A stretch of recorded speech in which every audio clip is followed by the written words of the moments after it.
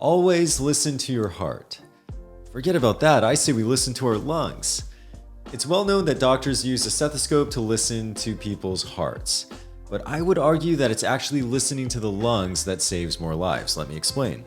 When you listen to a heart, you can diagnose certain conditions. For example, you might hear a murmur, which can help you diagnose a problem with the heart valves, like a leaking heart valve. Or you might hear an irregular heartbeat, which can help you diagnose an arrhythmia.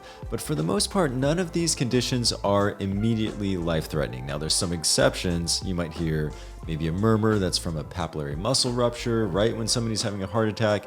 This can lead to flash pulmonary edema, which can be life-threatening.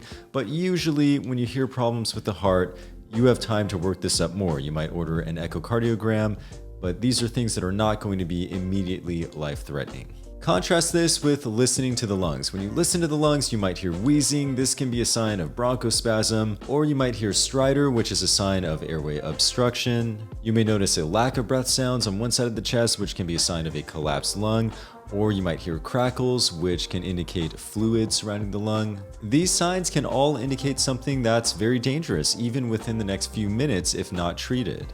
And for these reasons, I think using a stethoscope to listen to the lungs is something that's highly underrated. But how do we do it? How do we actually take our stethoscopes and auscultate or listen to lungs? Well, what you do is you don't want to listen to the chest. You can't hear lung sounds as good by listening to the front of the chest. What's much better is to turn the person around and listen to the back. And you don't want to listen to just one spot. You want to actually listen to 6 or even 8 different spots, starting from the top, one spot on the left, then on the right, then move a few inches below that on the left, and then the right, a few inches below that, until you go all the way down to the lung base. In doing this systematic approach to listening to the back as a way to listen to the lungs, you can make sure that you don't miss anything. Also, keep in mind that when you're doing this, you want the person that you're listening to take deep breaths. 1 deep breath per spot that you're listening to, and this is not intuitive. I find that people need to be instructed for how to breathe during the pulmonary examination. To do this, I often give people an example for how to breathe. I might say, okay, let's take a deep breath. 1, 2, 3.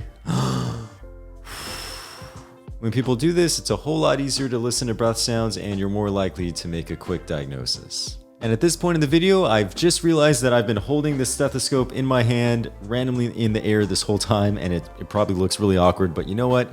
It's because it's important. That's why you want to use a stethoscope, listen not only to the heart, but also the lungs.